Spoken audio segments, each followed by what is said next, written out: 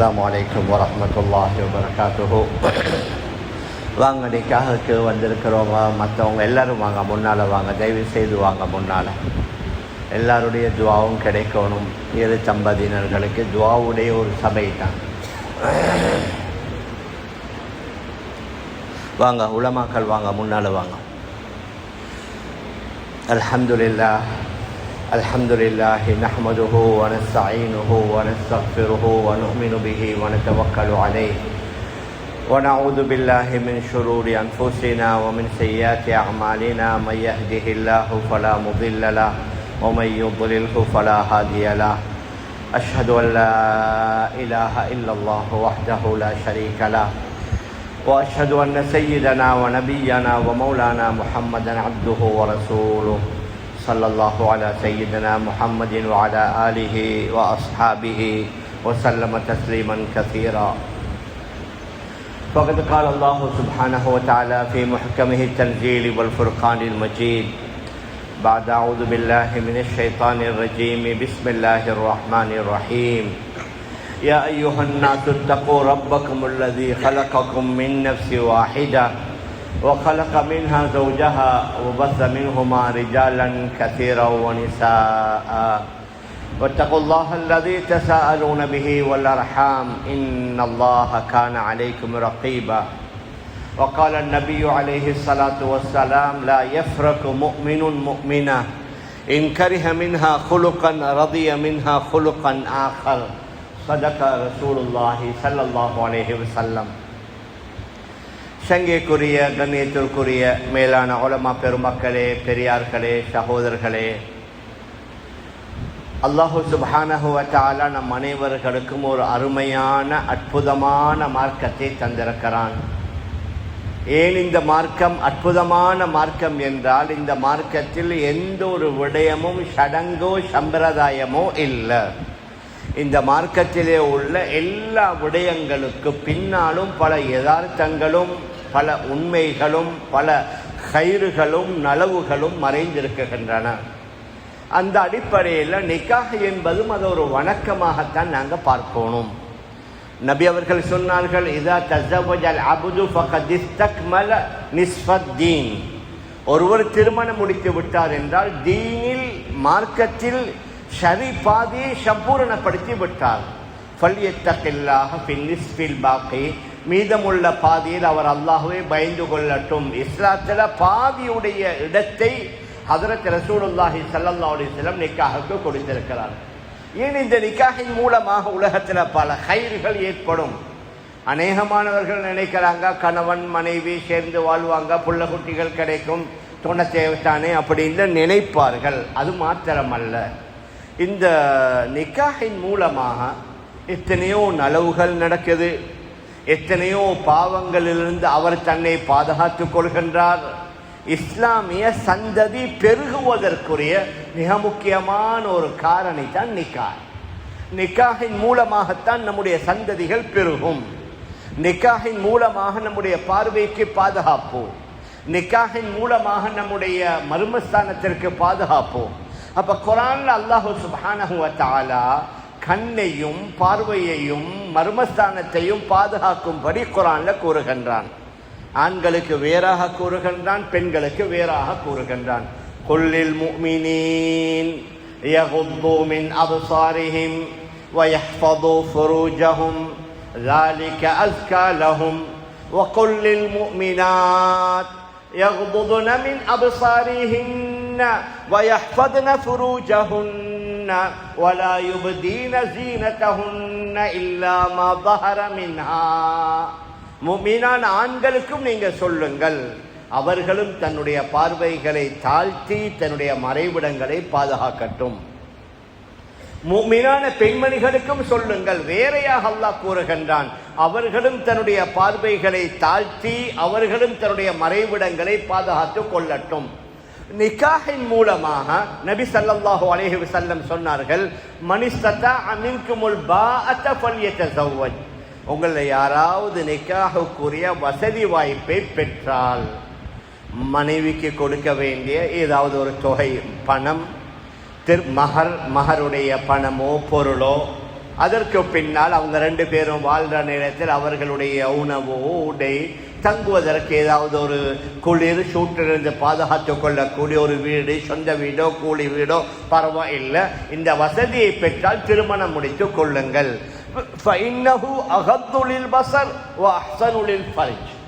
அது பார்வையை தாழ்த்த உதவி செய்யும், அது அவருடைய தன்னுடைய மறைவிடத்தை பாதுகாக்கும் என்று நபி அவர்கள் சொன்னார்கள்.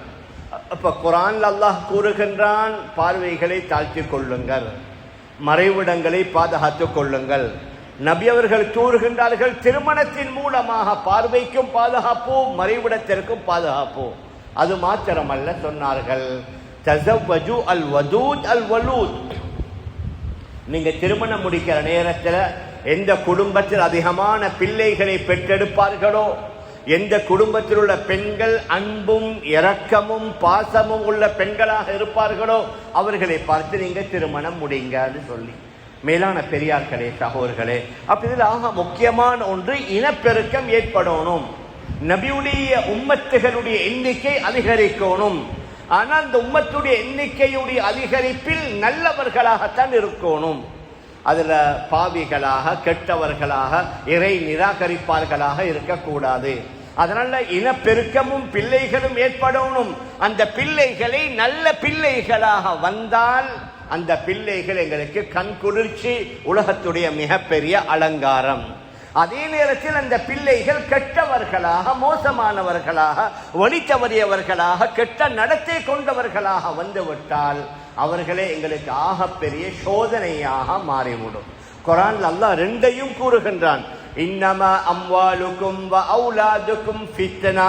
நிச்சயமாக உங்களுடைய செல்வமும் பிள்ளைகளும் சோதனை. அவர்கள் நல்லவர்களாக வளரப்படல்ல, வளர்க்கப்படல்ல, பயிற்றுவிக்கப்படல்ல சோதனை. இன்னும் ஒரு ஆயத்தில் கூறுகின்றான், அல்மாலு வல் பனூன ஸீனத்துல் ஹயாத்தித் துன்யா. செல்வமும் பிள்ளைகளும் உலகத்துடைய பெரிய ஒரு அலங்காரம். அந்த பிள்ளைகள் நல்லவர்களாக இருந்தால் அதன் மூலம் எங்களோட கண்களும் கல்புகளும் குளிரும். அதன் மூலம் எங்களுக்கு உள்ளத்தில் ஒரு வகையான சந்தோஷம், மகிழ்ச்சி ஏற்படும். சிலவேளை அவர்கள் கெட்டவர்களாக இருந்தால் அதன் மூலம் எங்களுக்கு தலை குனிவு ஏற்படும். அதனால பிள்ளைகளை பெற்றெடுப்பது மாத்திரமல்ல, அந்த பிள்ளைகளை நல்லவர்களாக சமூகத்துக்கு விடுவது இருக்குது. இது தான் ஆகப்பெரிய ஒரு நோக்கமாக இருக்குது. அந்த பிள்ளைகளை நல்லவர்களாக உருவாக்குவது, அந்த பிள்ளைகளை நல்லவர்களாக வளர்த்து விடுவது எவ்வாறு, யாரு? அது வெறும் தந்தையின் மூலமாக மட்டுமில்ல, பாடசாலையுடைய ஆசிரியர்களின் மூலமாக மட்டுமல்ல, மதரசாவில் ஓதி கொடுக்கக்கூடிய ஆசிரியர்கள் ஆசிரியர்களின் மூலமாக மட்டுமல்ல, மாற்றமாக இவைகள் அனைத்திற்கும் மேலாக முதலாவது அந்த பிள்ளையை பெற்றெடுத்த தாய் நல்லவளாக இருக்கணும். இந்த முதலாவது பாடசாலையே தாயுடைய மடி. அங்கத்தான் ஒரு 5-6 வருஷம் முழுமையாக காலங்களை கழிக்குது. 10-12 வருஷம் பாடசாலைக்கு போனாலும் மீண்டும் வீட்டுக்குத்தான் வருகின்றது. சுமார் அவருடைய வாழ்நாளில் ஒரு 6-7 ஒரு பகுதி முழுக்க தாயுடைய சகவாசத்தில் கழிக்குது. அதனால் அந்த தாய் நல்ல பெண்ணாக இருந்தா பிள்ளை நல்லவர்களாக உருவாகுவாங்க. அல்லாஹ் பாதுகாக்கணும். தாய் கெட்டவளாக இருந்தா சில வேளை பிள்ளைகளும் அதே மாதிரி தான் மாறிவிடுவார்கள். அதனால் நான் மிக சுருக்கமாக குர்ஆன்ல அல்லாஹ் 2 சாராரை பற்றி கூறுகின்றான். தாய் கெட்டவளாக இருந்ததனால அந்த பிள்ளைகளுடைய எதிர்காலம் எப்படி அமைஞ்சிச்சு, தாய் நல்லவளாக இருந்ததனால அந்த பிள்ளைகள் எவ்வளவு நல்லவர்களாக வந்தார்கள் என்பதற்குரிய உதாரணத்தை அல்லாஹ் சூரத்து தஹ்ரீம்ல குறிப்பிடுகின்றான். சூரத்து தஹ்ரீமுடைய கடைசி 2 ஆயத், ضربallahu مثلا للذين كفروا امرأة نوح وامرأة لوط كانتا تحت عبدين من عبادنا صالحين فخانتاهما فلم يغنيا عنهما من الله شيئا وقيل ادخلا النار مع الداخلين. அல்லாஹ்வை மறுத்த நிராகரித்தவர்களுக்கு உதாரணம் நாங்கள் 2 பெண்மணிகளை உங்களுக்கு முன்னால வைக்கின்றோம். இம்ரஅத் நூஹ் அலைஹி ஸலாத்து வஸலாம் அவருடைய மனைவி, வம்ரஅத் லூத் அலைஹி ஸலாத்து வஸலாம் அவருடைய மனைவி. இந்த 2 பேருடைய கணவன்மார்கள் ரொம்ப நல்லவர்கள். நல்லவர் என்று அதுக்கு மேல நல்லவராக இருக்கேலா. அல்லாஹ்வே சொல்லிவிட்டான், கானதா தஹத அப்தைனி மின் இபாதினா சாலிஹீன், சாலிஹான என்னுடைய 2 நல்லடியார்களுடைய துணைவிமார்களாக இந்த 2 பெண்மணிகளும் இருந்தாங்க. ஆனால் அவர்களுடைய இளமை பருவத்தில் அவர்களை பெற்றெடுத்த அவர்களுடைய பெற்றோர்கள் அந்த பெண்மணிகளுக்கு நல்ல ஒரு சூழலை, நல்ல ஒரு என்வைரன்மெண்ட்டை ஏற்படுத்தி கொடுக்கல. அதனால நபிமார்கள் தன்னுடைய கணவன்மார்களாக இருந்தாலும் அந்த 2 பெண்மணிகளும் கணவனுக்கு துரோகம் பண்ணினாங்க. கணவன்மார்கள் கொண்டு வந்த அல்லாஹுடைய தூதை, அந்த செய்தியை, அந்த மெசேஜுக்கு சார்பாக உதவியாக இருக்கல்ல. அதனால ஃபலம் யுக்னிய அன்ஹுமா மினல்லாஹி ஷைஆ, உலகத்திலே அல்லாஹுடைய தண்டனை வந்தது, அதிலிருந்து அவர்களுடைய பணம் அவர்களை பாதுகாக்கவும் இல்லை. வகீல துகுலன் நார மஅத்தாகிரீன், நாளை மறுமையிலேயும் அவர்களை நரகத்தில் நுழையுங்கள் என்று கூறப்படும் என்று அல்லாஹ் கூறுகின்றார். ஹஜ்ரத் நூஹ் அலைஹிஸ்ஸலாத்து வஸ்ஸலாம் மிக நல்ல மனிதர், மிக நல்ல ஒரு நபி. அதாவது மிக முக்கியமான நபிமார்களில் ஒருவர் நூஹ் அலைஹிஸ்ஸலாத்து வஸ்ஸலாம். ஆனால் அவர்களுக்கு கிடைத்த மனைவி என்ன செய்ய? உலகத்தில் சோதனைகள் பலவிதமாக வரும். செல்வத்தை கொடுத்தும் அல்லாஹ் சோதிப்பான், செல்வத்தை எடுத்தும் அல்லாஹ் சோதிப்பான். சில ஏழைகள் நினைப்பாங்க, சோதிக்கிறதுக்கு அல்லாஹ் எங்களைத்தான் கிடைச்சிச்சா? இல்ல, பணமும் ஒரு சோதனை, வறுமையும் ஒரு சோதனை. பணம் கிடைப்பது வறுமையை விட பயங்கரமான சோதனை. நபி அவர்கள் சொன்னார்கள், உங்களுக்கு முன்னால் வாழ்ந்தவர்களுக்கு செல்வம் கொடுக்கப்பட்டதை போன்று உங்களுக்கு கொடுக்கப்பட்டு நீங்களும் அதில் ஈடுபட்டு பாவங்களை செய்து அழிந்து விடுவீர்களோ என்று தான் நான் பயப்படுகின்றேனே தவிர வறுமையை பயப்படல்ல. லல் ஃபக்ர் அக்ஷா அலைக்கும் ولكن أم تبسط عليكم الدنيا كما بسطت على من كان قبلكم فتنافسوها كما تنافسوها فتهلككم كما أهلكتهم என்று நபி அவர்கள் ஹதீஸில் கூறுகின்றார்கள். சோதனைகள் பலவிதம். நபிமார்களுக்கு ஹதரத் இப்ராஹிம் அலைஹிஸ்ஸலாத்து வஸ்ஸலாம் அவர்களுக்கு தந்தையின் மூலமாக சோதனை. நூஹ் லூத் அலைஹிஸ்ஸலாத்து வஸ்ஸலாம் 2 பேருக்கும் மனைவிமார்களின் மூலமாக சோதனை. நம்முடைய தலைவர் ஹதரத் ரசூலுல்லாஹி ஸல்லல்லாஹு அலைஹி வஸல்லம் அவர்களுக்கு அவர்களுடைய சாச்சா பெரியப்பா இஸ்லாத்தை ஏற்றுக்கொள்ளல. அபூ லஹப், அபூ தாலிப், அப்பா அதாவது அப்துல் முத்தலிப் போன்றவர்கள் இஸ்லாத்தை ஏற்றுக்கொள்ளல. நபி அவங்களுக்கு ஒரு பெரிய கவலை. மேலான பெரியார்களே, சகோதரர்களே, ஹதரத் நூஹ் அலைஹிஸ்ஸலாத்து வஸ்ஸலாம் நான் மிக சுருக்கமாக சொல்லி முடிக்க விரும்புகின்றேன். ஹதரத் நூஹ் அலைஹிஸ்ஸலாத்து வஸ்ஸலாம் 950 வருடம் உலகத்தில் வாழ்ந்ததாக குர்ஆனிலேயே அல்லாஹ் தெளிவாக சொல்லிவிட்டான்.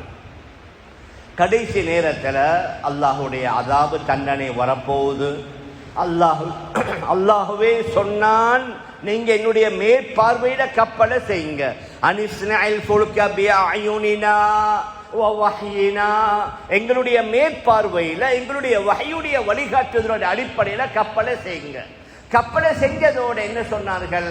யா புனைய இருக்கப் மஅனா வலா தகும் மஅல் காஃபிரீன், மகன் வாங்க வந்து கப்பல் ஏறிக்கோங்க, நீங்க இந்த நிராகரிக்கிறவர்களோட சேர்ந்து நீங்களும் இந்த வெள்ளத்தில் அழிஞ்சிடாதீங்க, மகன் வாங்க வந்து கப்பல் ஏறிக்கொள்ளுங்க.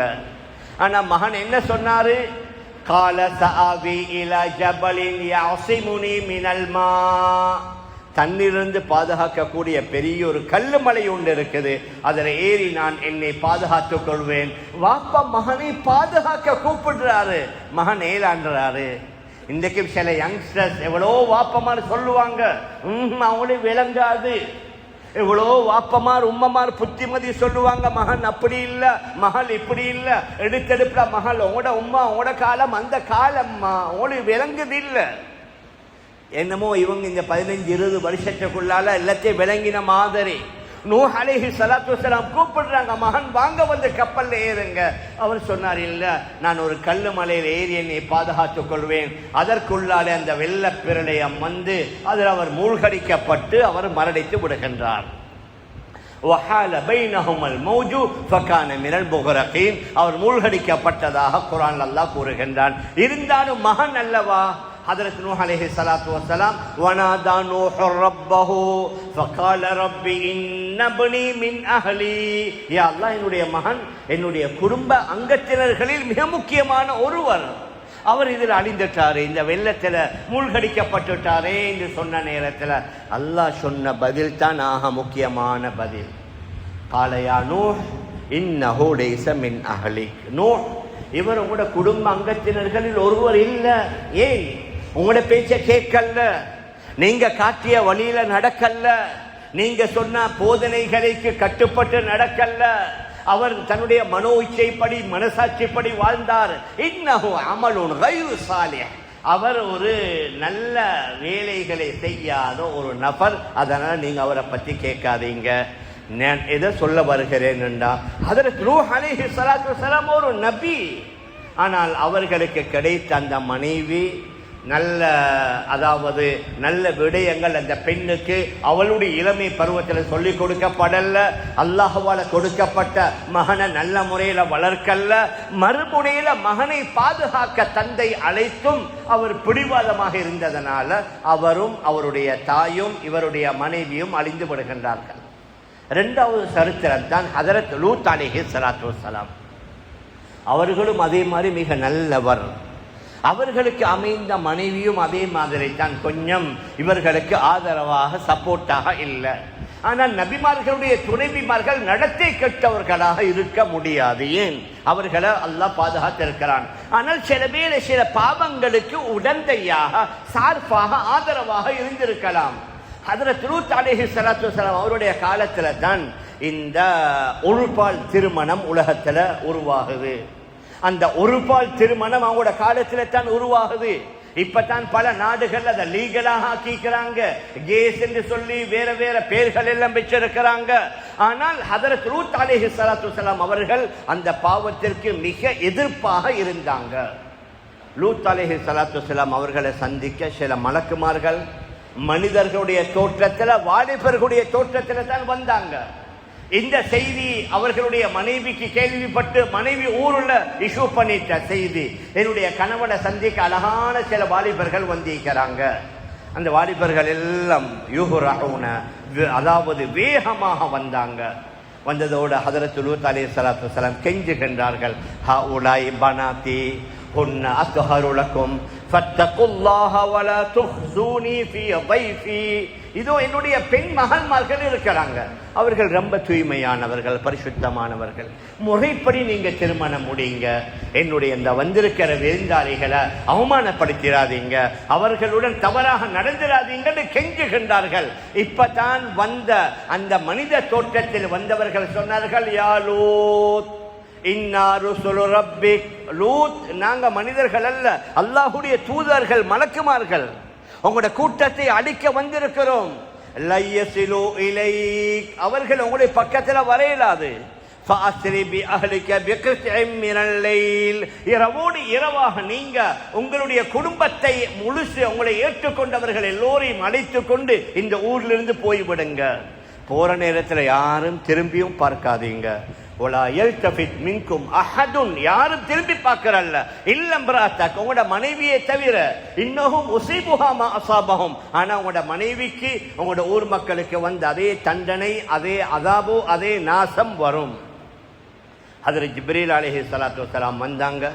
அவர்கள் வாழ்ந்து கொண்ட மிக பிரமாண்டமான பகுதி, சுமார் 12 கிலோமீட்டர் நீளம், 7 கிலோமீட்டர் அகலம், 7 அதாவது கோத்தினர்கள் வாழ்ந்து கொண்டிருந்தாங்க.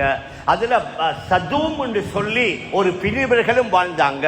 அதாவது சதூம், அந்த சதூம் என்பதிலிருந்து வந்தது தான் செடமீஸ். இந்த கே அல்லது அதே மாதிரி வேற பேர்கள் இருக்கிறாங்க, அதுக்கு செடமீஸ் என்றுவாங்க. அந்த செடமீஸ் என்று வந்ததும் அந்த சதூம் என்ற அந்த ஊருடைய பெயரிலிருந்து வந்தது தான் செடமீஸ். ஹதரத் ஜிப்ரீல் அலைஹிஸ்ஸலாத்து வஸ்ஸலாம் வந்தாங்க. வந்து அவர்கள் வாழ்ந்து கொண்டிருந்த பகுதியை தன்னுடைய இறக்கையால தோண்டுகிறார்கள். எந்த அளவுக்கு அதனுடைய வேகம் என்றால் கடல் மட்டத்திலிருந்து சுமார் 400 அடி கீழே போயிருச்சு தோண்டினதனால். மேல் அப்படி கொண்டு போய் முதலாவது வானம் கிட்ட சமீபமாக கொண்டு போய் மறுபக்கமாக புரட்டி அந்த லூத் அலைஹிஸ்ஸலாத்து வஸ்ஸலாம் அவர்களுடைய கூட்டம் அழிக்கப்படுகின்றார்கள். அந்த தோண்டி எடுத்த பகுதி தான் டெட் சீ, ஷாக் கடல், ஜோர்டான்ல இருக்குது. அம்மான் சிட்டிக்கு பக்கத்துல அம்மான்ல கடும் குளிராக இருக்கும். ஆனா இந்த டெட்சி பகுதிக்கு போன சூடாக இருக்கும். இந்த கடல் மட்டத்தை விட அது என்ன கடல் மட்டத்தை விட அது கீழே இருக்குது. அதனால அங்க என்ன சூடு கூடவாக இருக்கு. நான் எதை சொல்ல வாரேன், இந்த பஹ்ருல் மையித், ஷாக் கடல் என்றா எந்த உயிரினமும் வாழ முடியாத ஒன்றாக அல்லாஹ் ஆக்கி விட்டான். மீன் இனமோ நீரில் வாழக்கூடிய எந்த உயிரினமும் வாழ முடியாத அளவுக்கு இன்று வரைக்கும் அல்லாஹ் ஆக்கி வைத்திருக்கிறான். ஏன்? இயற்கைக்கு மாற்றமான ஒரு பாவத்தில் ஈடுபட்டீங்க. அதனால கியாமத் நாள் வரைக்கும் வரக்கூடிய மக்களுக்கு ஒரு படிப்பினையாக அந்த பஹ்ருல் மையத்தை அல்லாஹ் ஆக்கினான். 2 பெண்மணிகள், ஆனால் அமைந்த கணவன்மார்கள் மிச்சம் நல்லவர்கள். ஆனால் இந்த பெண்மணிகள் நல்லவர்களாக அமையல்ல. அதனால் அவர்களுடைய பிள்ளைகளையோ அவர்கள் தங்களையோ பாதுகாக்க கிடைக்கல. மறுமுனையில பாருங்க, ஹதரத் இஸ்மாயில் அலைஹிஸ்ஸலாத்து வஸ்ஸலாம் அவங்களோட வளர்ப்பு நல்லம், உம்மாவும் நல்ல பெண்மணி. வாப்பா மகனை அறுக்க கொல்ல கூப்பிடுறாங்க. எங்களுக்கு தெரியுமே, அந்த துல்ஹஜ் மாதத்தில் அடிக்கடி நாங்கள் ஞாபகப்படுத்துவோம். என் மகன், நான் கனவு கண்டேன், உங்களை அறுத்து பலியிடுவதாக கனவு கண்டேன். பந்தூர் மாதா தரா, மகன் உங்களோட அபிப்பிராயம் என்ன? யா அபதி இஃஅல் மா துமர் சதஜிதுனி இன்ஷா அல்லாஹு மினஸ் சாபிரீன். வாப்பா, உங்களுக்கு எது ஏவப்பட்டதோ அதையே நீங்க செஞ்சிருங்க. இன்ஷா அல்லாஹ் பொறுமையாளர்களில் அங்கேயும் கூட ரொம்ப பணிவும். நான் பொறுமை செய்வேன் என்று நான் கூட சொல்லல. அல்லாஹ் நாடினா என்ன, நீங்க பொறுமையாளர்களில் ஒருவராக பெற்றுக்கொள்வீங்க. எதை சொல்ல வாரேன்டா, இங்க மகனை கொல்ல கூப்பிடுறாங்க, மகன் கழுத்தை கொடுக்கிறாரு. அங்க மகனை பாதுகாக்க கூப்பிட்டாரு, மகன் பிடிவாதம் பிடிக்கிறாரு. ஏன்? இங்க மகனுடைய வளர்ப்பு நல்லம், மகனுக்கு நல்ல என்வைரன்மெண்ட், மகனுக்கு நல்ல சூழல். அங்க மகனுக்கு நல்ல என்வைரன்மெண்ட், நல்ல சூழல் அமையல்ல, நல்ல தாய் அமையல்ல. அதனால அவருடைய உயிரையும் பாதுகாக்க கிடைக்கல. இது முதலாவது ஆயத். அடுத்த ஆயத்தில் அல்லாஹ் கூறுகின்றான், வதரபல்லாஹு மஸலல் லில்லதீன ஆமனு இம்ரஅத ஃபிர்அவுன் இத காலத் ரப்பி பினிலி இந்தக பைத்தன் ஃபில் ஜன்னah ونجني من فرعون وعمله ونجني من القوم الظالمين. அல்லாஹ் இன்னும் 2 பேர்களை உதாரணமாக கூறுகின்றான். அவர்கள் யாரு? ஈமான் கொண்டவர்கள், நல்ல பெண்மணிகள். ஒன்று என்ன? ஃபிரௌனுடைய மனைவி ஆசியா அலைஹஸ்ஸலாத்து வஸ்ஸலாம். கணவன் கெட்டவன் என்ற அதை விட கெட்டவன் உலகத்திலேயே இல்லை. அன ரப்புக்குமுல் அலா என்று சொன்னான், நான் தான் ஆகப்பெரிய கடவுள் என்று சொன்னவன். ஆனால் ஹதரத் ஆசியா அலைஹஸ்ஸலாத்து வஸ்ஸலாம் நல்ல பெண்மணியாக இருந்தாங்க. அவனுக்கு வழிபடல்ல, அவனுக்கு கட்டுப்படல்ல. அவனுடைய ஏகத்துவம் என்று அவன் தன்னை இறைவன் என்று கூறினான். அதை ஏற்றுக்கொள்ள தயாரில்லை. கடைசியில் அவனுக்கு பெரிய ஒரு அவமானம். ஊரில் உள்ளவர்கள் எதிர்த்தா பரவாயில்லை, வீட்டில் உள்ள மனைவி எனக்கு சப்போர்ட் இல்லை, எனக்கு ஆதரவு இல்லை.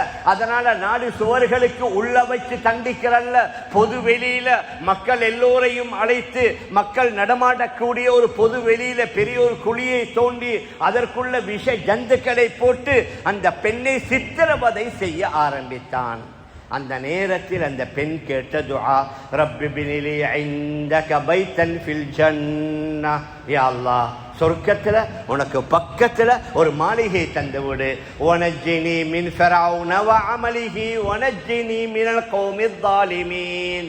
ஃபிரௌனிடமிருந்து, அவனுடைய அநியாயத்திலிருந்து, அநியாயக்காரர்களுடைய அநியாயத்திலிருந்து என்னை பாதுகாத்து விடு என்று அந்த பெண்மணி துஆ செய்கிறார். இவன் சித்திரவதை செய்யும் பொழுதே அந்த பெண் சிரிக்க ஆரம்பிக்கின்றாள். சொன்ன பாருங்க பைத்தியக்காரி, நான் இவ்வளவு வகை வகையான விஷ ஜந்துக்களை கொண்டு சித்திரவதை செய்கிறேன், இவ சிரிக்கிறா, கேளுங்க ஏன்? இப்ப கேட்கப்பட்ட நேரத்தில் அந்த பெண்மணி சொன்னா, நான் இப்பொழுது தான் என்னுடைய ரப்பிட்ட அல்லாஹ்ட்ட மன்றாடினேன். என்னுடைய துஆவை அல்லாஹ் கபூல் செய்து நான் மரணித்ததோடு நான் ஒதுங்குற அந்த சொர்க்க மாளிகையை அல்லாஹ் எனது கண்ணுக்கு முன்னால கொண்டு வந்து நிறுத்தி விட்டான்.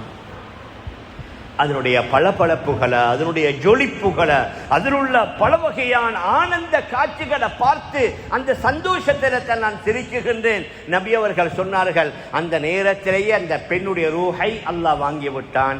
ரூஹ போனதற்கு பின்னால அவன் பெரிய ஒரு பாறாங்கல்லை இந்த பெண்ணுடைய தலையில போடுகின்றான். அதற்கு முன்னாலே அந்த பெண்ணுடைய ரூஹ பிரிந்து விட்டதாக நபி அவர்கள் சொன்ன ஹதீஸ் தஃப்சீர் இப்னு கதீர் போன்ற பல கிரந்தங்கள்ல பதிவாக இருக்குது. மேலான பெரியார்களே, சகோதரர்களே, அதற்கு பின்னால நல்ல பெண்மணிகள். இரண்டாவது பெண்மணி மரியம் இப்னத் இம்ரான் அல்லதி அஹ்ஸனத் ஃபர்ஜஹா ونفخنا فيه من روحنا وصدقت بكلمات ربها وكتبه وكانت من القانتين. இம்ரானுடைய மகள் மரியம். அல்லாஹ் சொன்ன முதலாவது நல்ல பண்மணி, நல்ல பண்பென்ன? அல்லதி அஹ்ஸனத் ஃபர்ஜஹா, தன்னுடைய கற்பை பாதுகாத்தாள், தன்னுடைய மானத்தை பாதுகாத்தாள். எந்த ஆணும் அந்த பெண்ணை தொட்டது இல்ல. குர்ஆன்ல வலம் யம்சஸ்னி பஷர், எந்த மனிதனும் என்னுடைய மேனியை தொட்டதில்ல.